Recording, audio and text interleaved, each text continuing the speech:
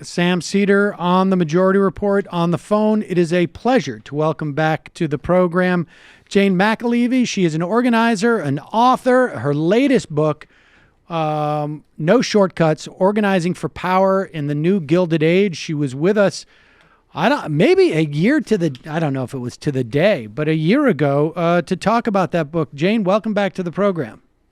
Thank you. It's great to be here. All right, so let's start in with, well, there's a couple of things I want to talk about, but let's start in with this. You wrote this piece in These Times, I guess it was about a week ago or so, what Me Too can teach the labor movement. And it ties in with an issue you takes with Tom Gagan's Which Side Are You On?, where he talks about the anticipation of exclusive representation in perhaps public sector unions, or just broadly speaking, and sort of more non-union organizing innovation, if you will. And this is all seen in the backdrop of the Janus case, which we've talked about on the show ad nauseum, following up from the Friedrichs case, which was salvaged because Aunt Scalia had the good sense to die when he died. did. Yeah. And but just tell us, like, what are the issues that you have with that idea of representation? Maybe the best place to start is just tell us about the Murphy Oil case, and don't be afraid to go into the weeds on this. Don't be afraid. Okay, sure. Well, a few things. Actually, let me just go in reverse for 1 second. Sure. We'll hit Murphy Oil for sure, but Murphy Oil is only going to underscore some of what we say. So for starters, again, one, it's great to be here. I am really enjoying your show for the last year since I got turned on to it. And I want to say a couple things. First, Tom Gagan's book, it actually wasn't Which Side Are You On, right? In fact, I think that was a brilliant book. That was his book in some ways, ironically, served as almost a model when I wrote Raising Expectations and Raising Hell, my first book. So I loved Which Side Are You On? But since then, like the last 15 years, the last 10 years, I feel like Brother Gahigian has been sort of straying a little bit from the core ideas that were in his book from the 1980s, Which Side Are You On? So his most recent book, which I heard him talking about at length on your show in December, Only One Thing Can Save Us. I love the title, by the way.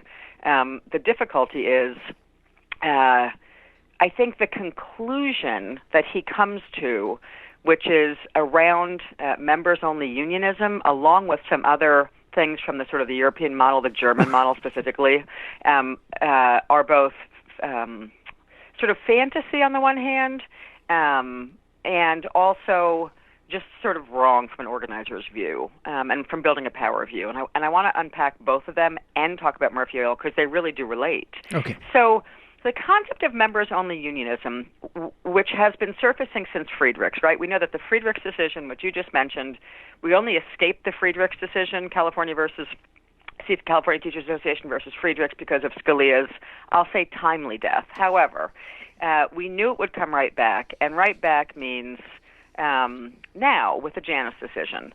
So in the Janus decision, everyone fears, sort of the death of labor. There's a lot of hyperbole out there. There's a lot of people talking about how, unions will die once the Janus decision is ruled on, which we assume will be a 5-4 decision. Janus essentially takes the concepts of right to work states and puts it nationally into the public sector, which is where most workers are left with unions in this country. So, yes, it's going to be devastating, but part of what the Friedrichs decision, which preceded, right, the current Janus debate, part of where that led people was, well, what's not fair under right to work, and this is the logic here, what's not fair under right to work is that unions have to represent workers even if they're not paying dues, which people call, quote, unquote, the free rider problem. Right. That's sort of language from the Supreme Court. And sometimes people call it free rider, sometimes they call it free loader. The idea is, why would a union have to spend their resources representing a worker who doesn't want to pay? Well, I want to give you a few really important reasons. Because the members-only stuff is a trap, and it's really dangerous. And I feel like the three people who have been putting it out the most, like in New York Times op-eds and elsewhere, besides Tom, including Tom actually, there's three people. They're all lawyers. So I just want to say, I am not a lawyer. I'm an organizer. I build power. I teach workers how to build power. I teach them how to fight for themselves and to win against stiff odds. Lawyers do something very different. And I think it's not an accident that the people who have been advocating this end to exclusive representation / meaning members only are lawyers and not organizers. And here's the difference in how we view the world. From a lawyer's view, it's like, why would we have to spend money and represent workers who aren't in the union? From an organizer's view, who's trying to teach people how to build power, the fundamental idea of organizing is that we're trying to reach across and build a larger base of people who can come together and realize their class interest in the union as up against their employer. So the minute you strip the idea that we should be talking to those workers who don't think they need the union, you are ripping the working class in half. It's so insane to me, it's like mind-boggling. So I actually led a union in a right-to-work state. I am probably one of the only people in the, shifting into writing books and stuff right now who's ever done that. And part of why I think this issue is so passionate for me is because I did lead a union in a right-to-work state. That was Nevada. My first book, Raising Expectations and Raising Hell, is all about how do you build a union in really tough conditions. And the truth is we did. So the fact that you can build powerful unions in right-to-work state, and we weren't the only people who did. In Nevada, there were 3 really powerful unions starting 20 years ago when a whole bunch of progressives came in there and said, can we build unions in right-to-work states? We were sort of like testing the idea 20 years ago, 25 years ago. So first was Unite Here in the casino industry. They've built a hell of a union in Nevada in a right-to-work state. The second was the Carpenters Union, a progressive team of carpenters, by the way, at the time, led a rebuild of the Carpenters Union. And I was working at the time for SEIU. I was hired by the workers in Nevada. They'd been, taken it in the neck, the back, upside down. Their membership was weak. The union was basically just not very good. They'd had a huge concession contract, and I got hired. And it was sort of wave 3 of trying to could we build a powerful union in a right-to-work state in a service union, right? So the carpenters were different, but the casino workers is a service union, mostly women of color. And the workers I was leading and helping to build powerful unions were also mostly women and mostly, people of color in the service industry. So, and we did it. So if we had been living with the philosophy or the law, it's a philosophy and a law.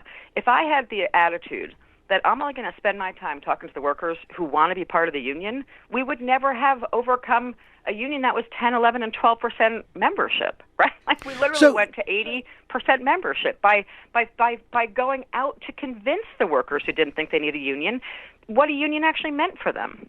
What is the theory that, like when someone promotes exclusive representation, it sounds to me it's a little bit like there's a little bit of stick involved in that, right? As opposed to a carrot approach. Is that maybe I'm reducing that too much, but what's the theory that people have? If we do the exclusive representation, these people will see that the guy they're working with or the woman they're working with next to them is doing better than they are, so they're going to want to join? Or what is the theory there? I don't know. That may be the theory, but I that's not how the discussion plays out a lot in the media. And among the trade unionists that I've heard saying it, because it's getting more popular now because of Janice. So I'll take a stab at the theory. I think what you just said might be some people's theory. It's just in practice it doesn't work that way. Right. So, but the biggest thing is,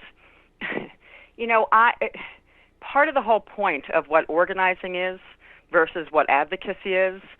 Advocacy, sort of AARP, Greenpeace, you write a check to someone, they go advocate on your behalf. Part of what organizing is, which is about building real power in this country, is about rebuilding a base of people who are resilient, who understand how to fight, and who can, in way larger numbers than we have right now, actually meaningfully participate in both like labor campaigns as well as the political process. We need way more people who are skilled in the art of fighting, which is part of what happens when you build a big trade union movement, to get out there in the world and help make change right now. So I think part of there's two things. One is literally people say, it's like reduced to a financial issue. Like, why do we have to spend our lawyers' money of the union representing these workers? That's one argument, which again is just, it's so short-sighted, it's hard for me to even wrap my hand around it. And I think the second is maybe that one just sounds vindictive and petty to me. It's just like... But there's a lot of it. There's a lot of that discussion out there. It's all around right now. Like, why should we have to represent people who aren't paying their dues? And to me, It's just addictive. losing sight of what the point is. The It's point exactly losing sight of the point. The point is to build class solidarity, right? Right. I mean, that's to me, what a union does is it helps large numbers of workers remember that under a system called capitalism, which is a class-based system, they actually need to have class solidarity.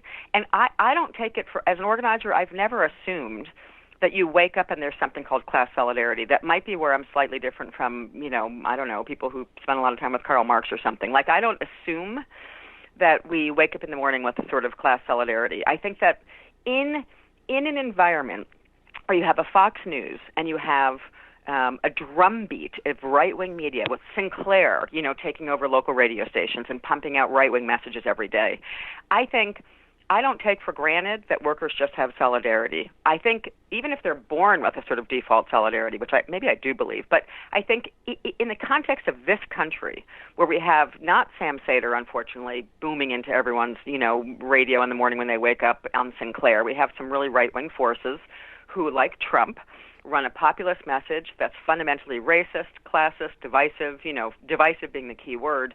The job of organizers is to help overcome what the media is doing to the hearts and minds of people in this country right now. And we are, we're obviously with Trump we're seeing the logical conclusion of decades of this work. So a divided working class. So the idea of members-only unionism it continues the idea of having a divided working class, where when I was working in a right-to-work state, where the members frankly, not the members, wrong word, where the workers get to decide every day, am I paying dues to the union or not? I understood that my job was to spend most of my time, or to have the resources of the union, which resources means really other great workers mostly, right, and staff. But it's that it drives us to go have a conversation day in and day out with the people who don't think that they need the union, and to challenge them and help them come to see on their own that actually a union is the best and smartest thing they could possibly ever have in their life. And we were successful at that.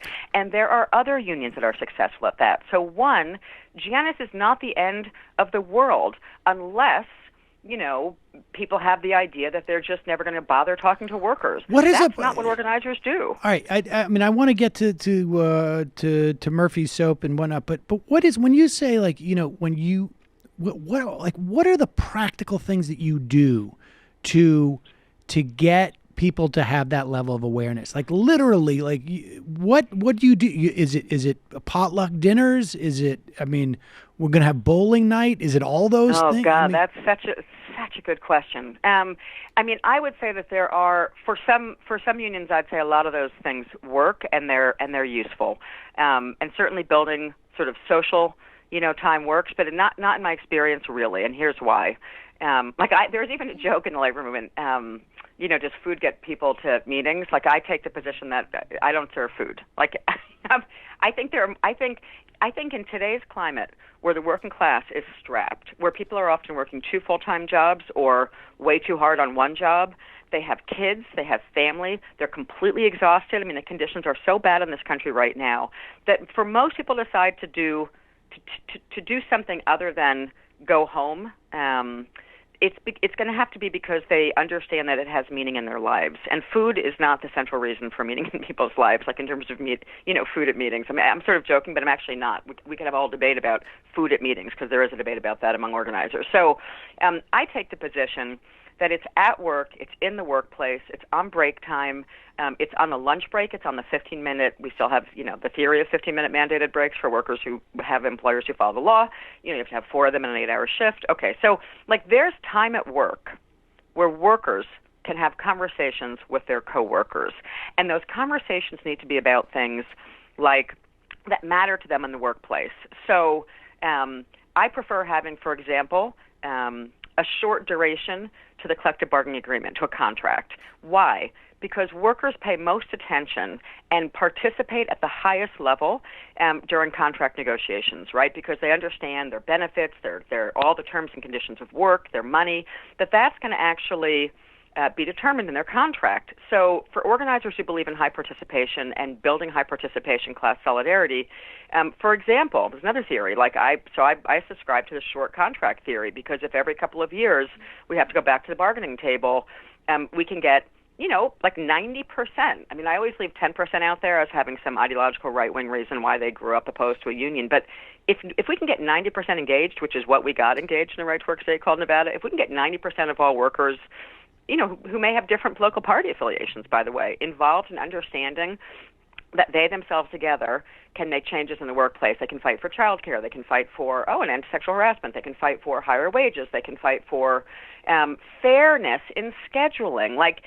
Those are the issues that unify the working class. So fairness in scheduling. The idea that's so I'm not into let's have a pizza party and try and get the workers to come, because they probably think I have better food at home with my wife or my husband. You know what I mean? So the question is, if what we do is help people understand we can solve really serious problems that are affecting workers in their workplace, that's what actually holds people's interest. So it's being deliberate about contract surveys. It's being deliberate about, there's something called the service versus the representation model. Part of the unions that are going to fall hard in the Janus, in a post-Janus climate, are the sort of unions that adhere most strictly to business unionism, by which I mean we represent they file a lot of grievances. Right. Yeah, it's an advocacy model, basically. Right. It's what I'm so critical of, right? It's like an advocacy model. You pay us your dues. If there's a problem at work, you file a little grievance, and, some big guy's going to go take care of that grievance and work it out with the boss. Okay, that's the death of the labor movement. That has been the death of the labor movement. For those of us who are from an organizing model, and there's many of us, not at all just me, right? I'm just trying to lift up the difference. I decided to begin writing books because I think organizers don't write books. So people don't know what we do. And I'm trying to explain the difference between how organizers view the world and how lawyers view the world, and how, it's basically lawyers and organizers at this point in terms of who has the voice. So, it's a very different view of the world. And for me, it is primarily about how do we find out what are the set of issues that matter most to workers in the workplace. That's how we build collective power. That's how we build their interests. That's how we get them to stay for an important meeting. And so the alternative for organizers to the traditional grievance, what we call the grievance mill model of unionization, is what we call the direct action approach to problem solving in the workplace. So when I was in Nevada, or any union I've worked in, let's say that a complaint comes forward. We have we've won contractual language because we built a big 90%, participation contract struggle. We've won good language around, let's say, scheduling or overtime. And suddenly you've got a manager on the third shift who's screwing with everyone's schedule in a way that's a violation of the contract.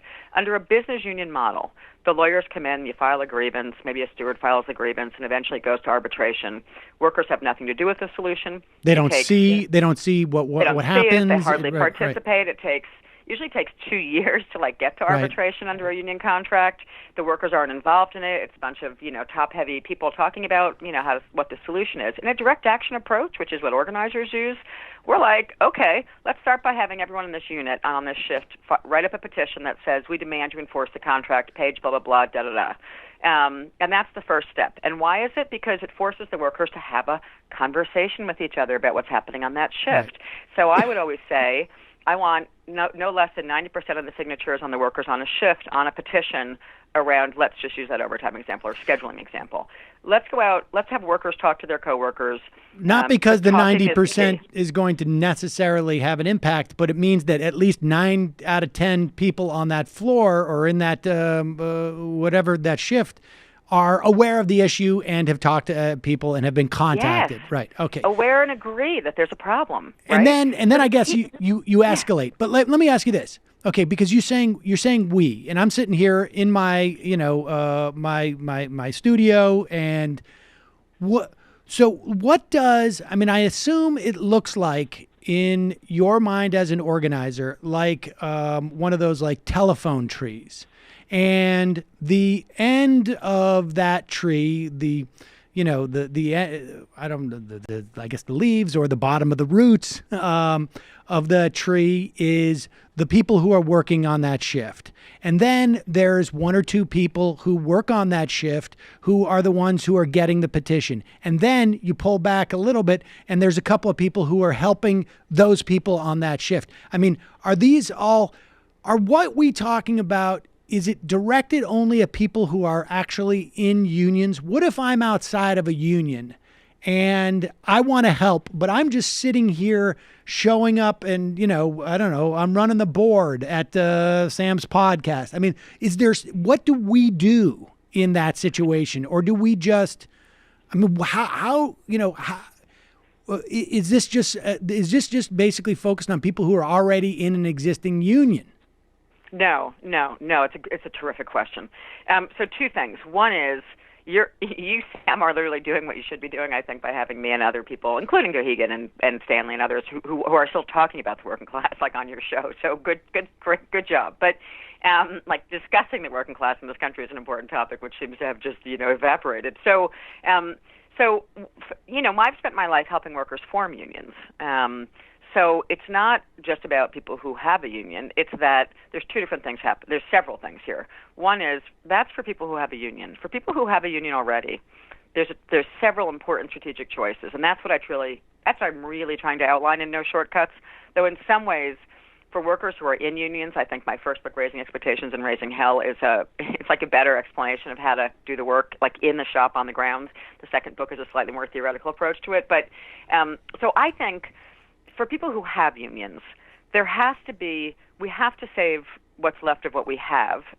That's one thing. So if you're in a union, trying to force a dialogue about how do we shift from business unionism into a more direct action, sort of organizer, more mass collective action approach to solutions, that's crucial because that's actually what's going to save a trade union that currently exists once the Janus ruling comes down. It's by structuring the work in such a way, as you just picked it up in this sort of phone tree example, like it's by structuring a way that we actually encourage conversations to happen daily among workers in the workplace. So that's one thing.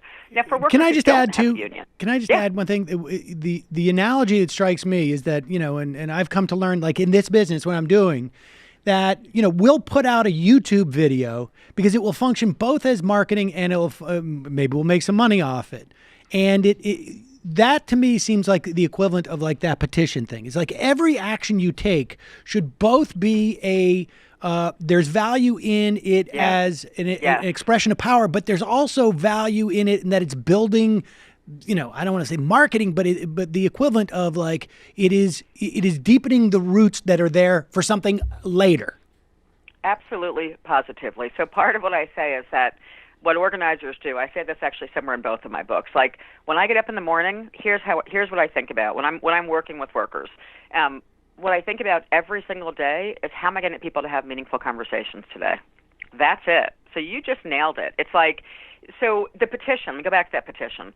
I spent half my life writing 2-sentence petitions, and people are like, why do you write these little short petitions? I'm like, because the point is not the petition, although the petition does have to have meaning. So, like, people wouldn't just sign a petition for no reason. So that example of, someone, the boss on the third shift is doing something wrong, and instead of just filing a grievance, we're going to say, hey, let's go, get the 1 or 2 line petition that says so-and-so is breaking the contract. We want to demand that they actually enforce our agreement. It both has an immediate impact because, in fact, we do need to fix that problem, but it's actually having the longer-term impact of building solidarity, right, among those workers in that shift. And that's exactly what we have to do. So your analogy, I think, is terrific. It's not quite marketing, but it's actually it's building solidarity. When I wake up in the morning, what I say to workers when I'm giving speeches is like, you have to wake up in the morning and think, how is every action I'm taking today building class solidarity? That's literally what I wake up thinking about every day. How is every single action I'm engaged in, whether it's a contract negotiation, whether it's forming a new union, whether it's the political process. I mean, I can go right to the political process in most unions. Let's stick with people who have unions, and let's get people who don't, since most don't. Continuing the logic of those people who have unions, I'm struck all the time by the fact that most unions don't allow, for example, all workers into negotiations. I was trained to let every worker who wants to come. That's one of the reasons that we built a really high participation union in a right-to-work state in Nevada, because we just opened the doors. We just started to break all these, weird cultural norms in unions and say, well, if we're going to try and build a high participation union, we can't have a closed-door approach to negotiations. On politics, How do political endorsements happen in most unions?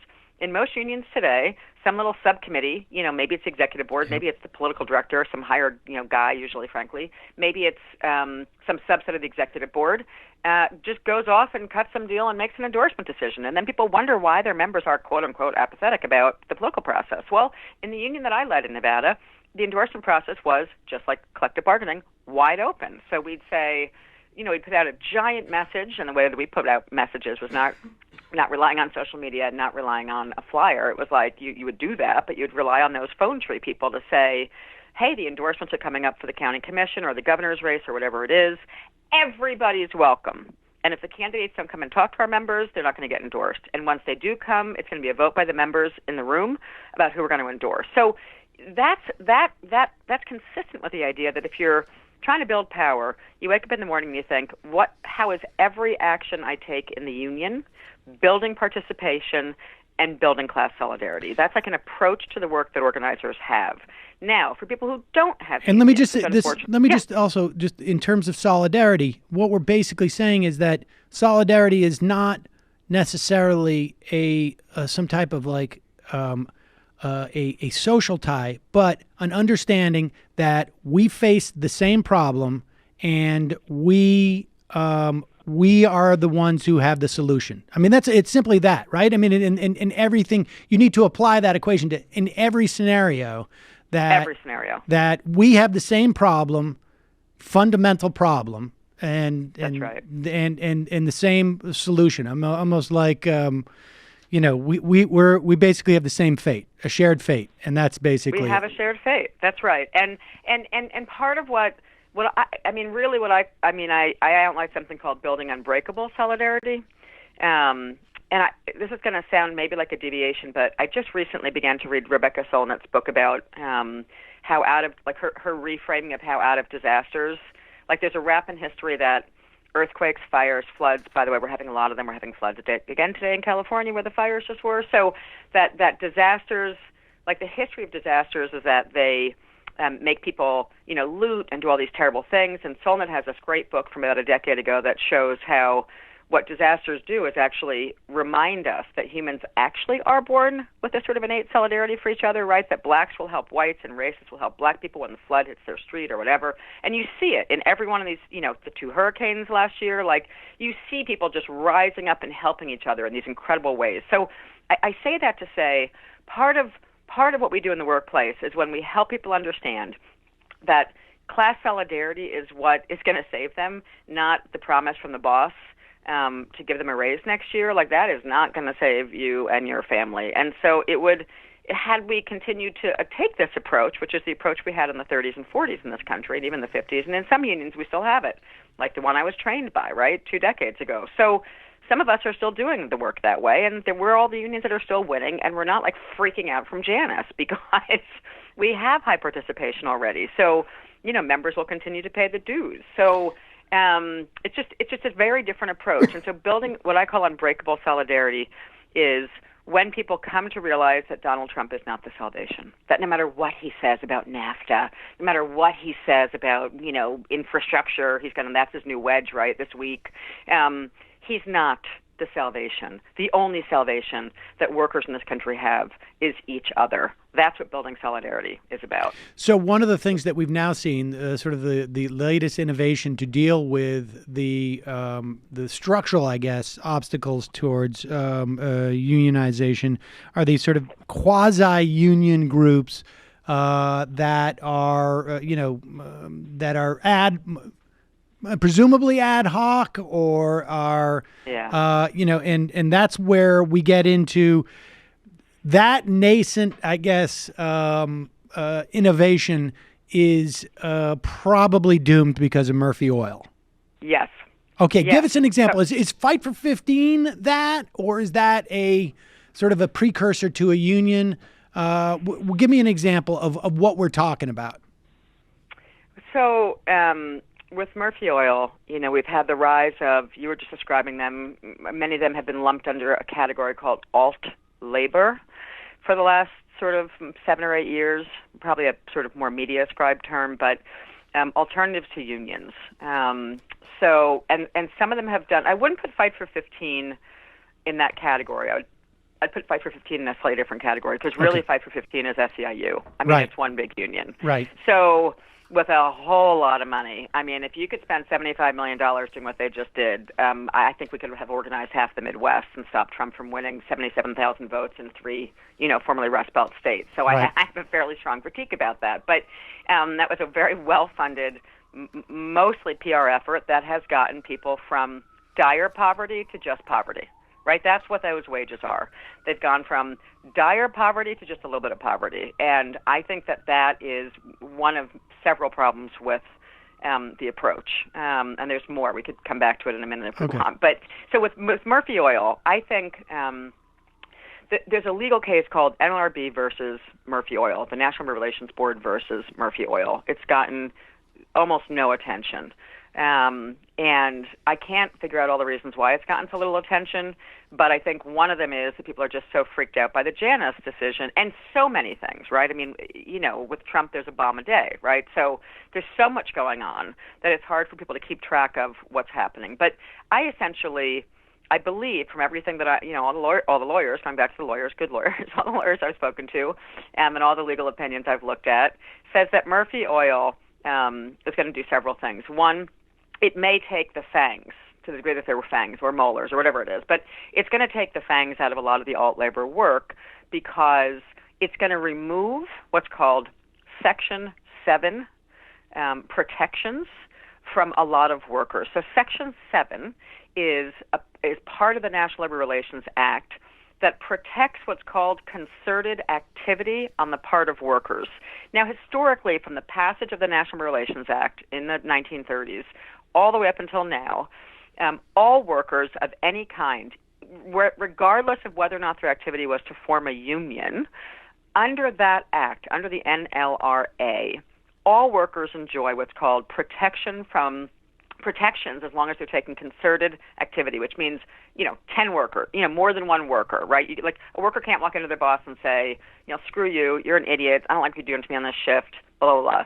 But if 50 workers go to the boss and say, with no union, and go to their employer and say, we think that you've been ripping our wages off systematically by rounding our math on our paycheck down versus up. And they're going to go file a wage claim. So a lot of what the alt-labor movement has been doing wage theft claims, they're called. So that's been that's been the basis for people who don't have unions trying to get their wages addressed. Is doing like a wage theft claim, it's called. So two things are important about this in Murphy Oil. One is, at present, those workers can go file a class action lawsuit against their employer. They can file any number of lawsuits against their employer.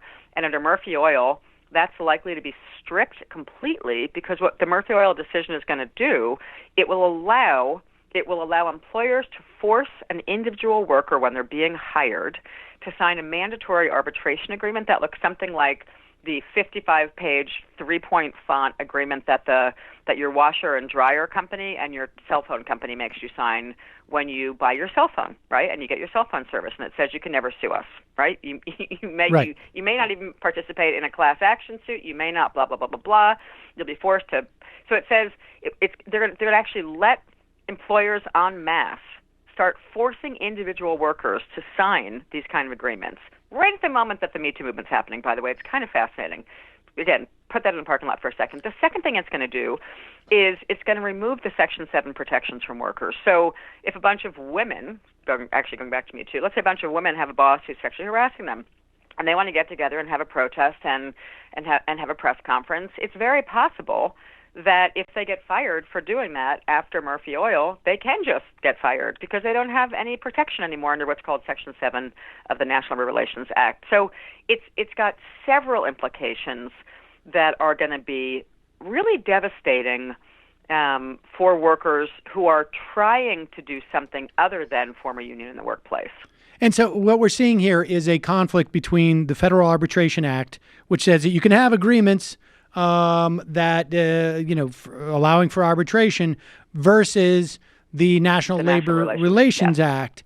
And we have seen this court, maybe not exactly this court with Scalia before, they will do things like, we saw this in Concepcion where in a consumer setting, they basically said, we're not going to allow class action suits on arbitration because when you sign your AT&T, your cell phone contract, like you said, you basically waived your right to sue. And of course, you're not going to have people are not going to sue for $3. And from AT&T's perspective, like, we're charging 100,000 people $3 an extra a month, and nobody's going to stop us at this point. Exactly. And this is another attempt to both bar people from the courtroom, citizens from the courtroom, but it really inhibits the ability of workers to organize even outside of the context of a union, as you've described here.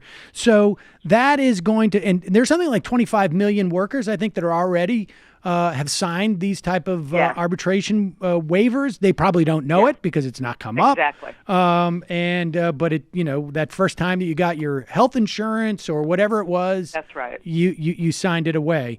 And so that's right. So is the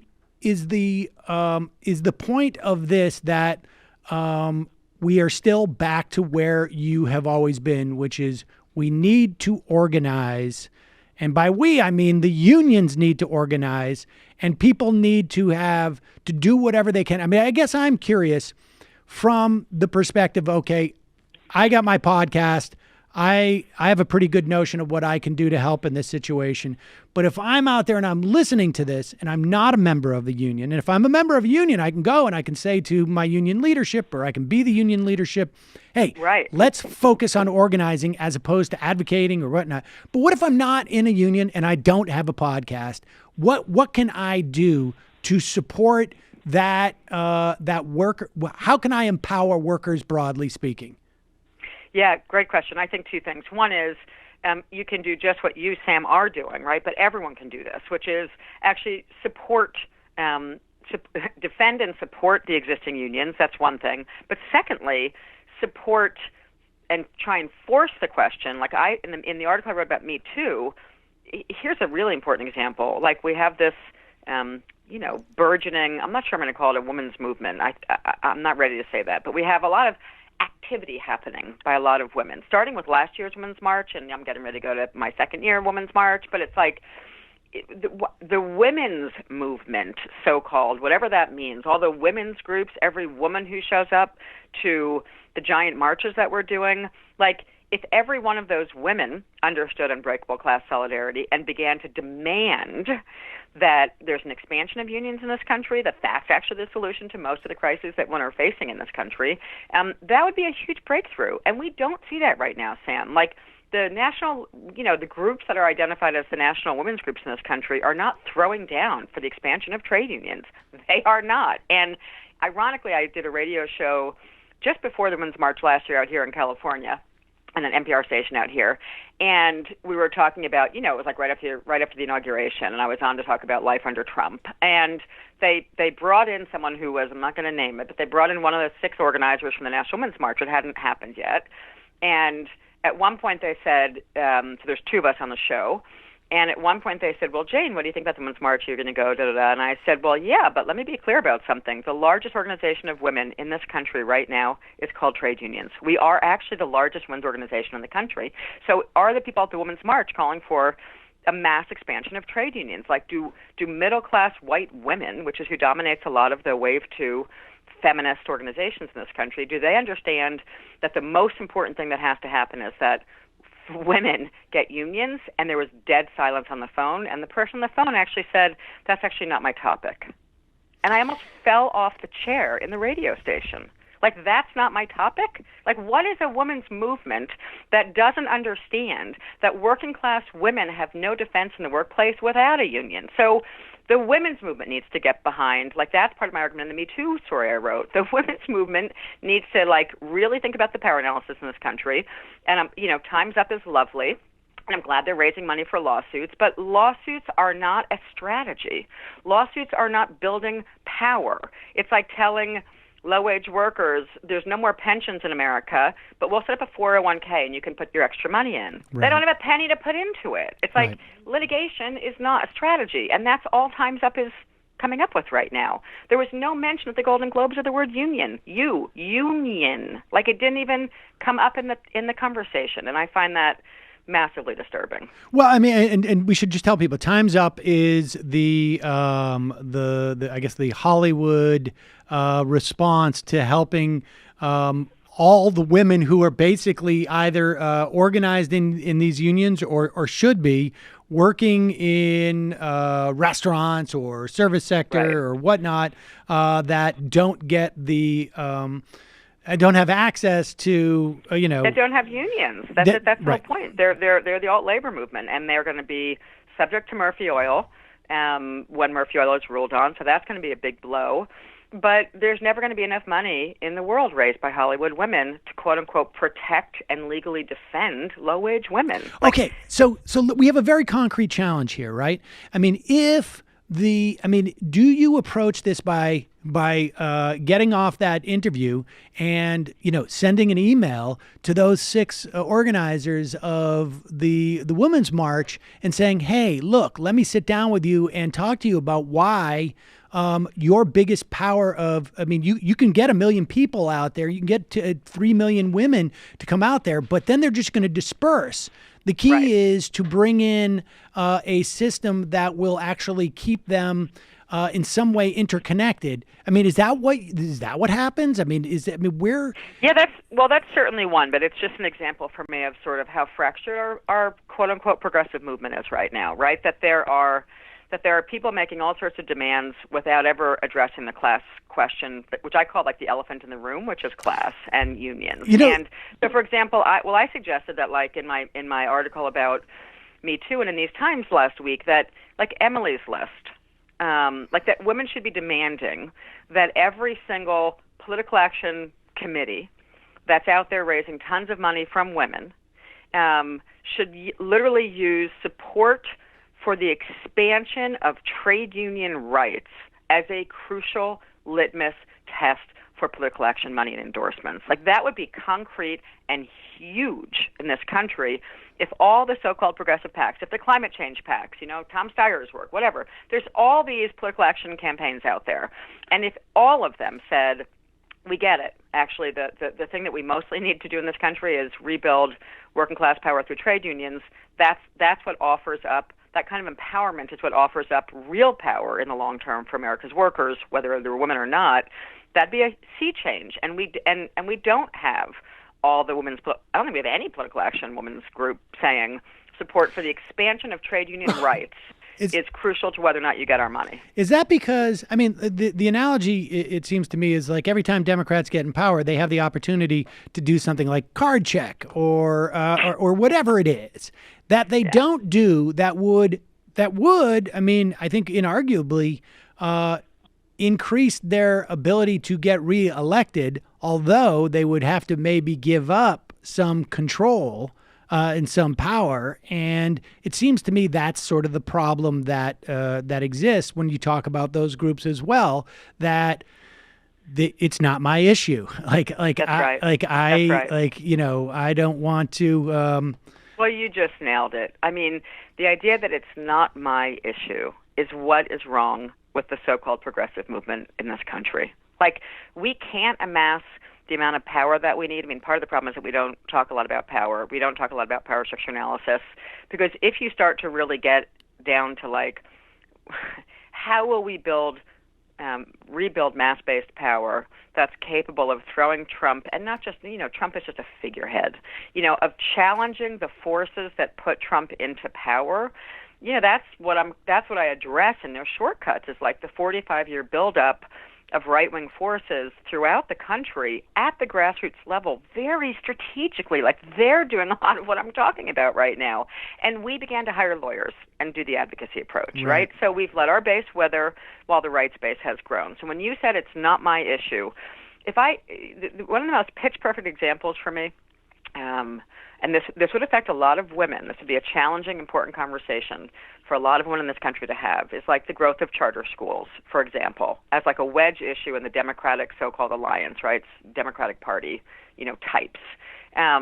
There are tons of people who say, teachers unions are the problem. Now, again, they're not just saying that for no reason. Waiting for Superman. We got a multi-million-dollar funded operation here. But at the end of the day, we have to grapple with those issues at the local level in our electoral coalitions, at our national marches, because it's not my issue is not going to challenge the forces that are attacking women, the planet, climate, black people, jailing people, deportation. Immigrants, I talk about 350,000 Salvadorans are going to be sent home, to a repressive government. All of these issues require unbreakable class solidarity, and they require our movement to get over the idea that, quote unquote, this is not my issue. Building power has to be the movement's issue, and building power has a building block called trade unions, among other things. Well, what is the percentage of women that make up the two major teachers unions in this country? Is it? Oh, it's overwhelming. I mean, it's got to be over 80%, right? I mean, I would think 75%. I mean, but also healthcare unions, like nurses unions. A lot of the sectors that are growing. That's part of the argument I keep making. We do have economic sectors that are growing, that are female heavy.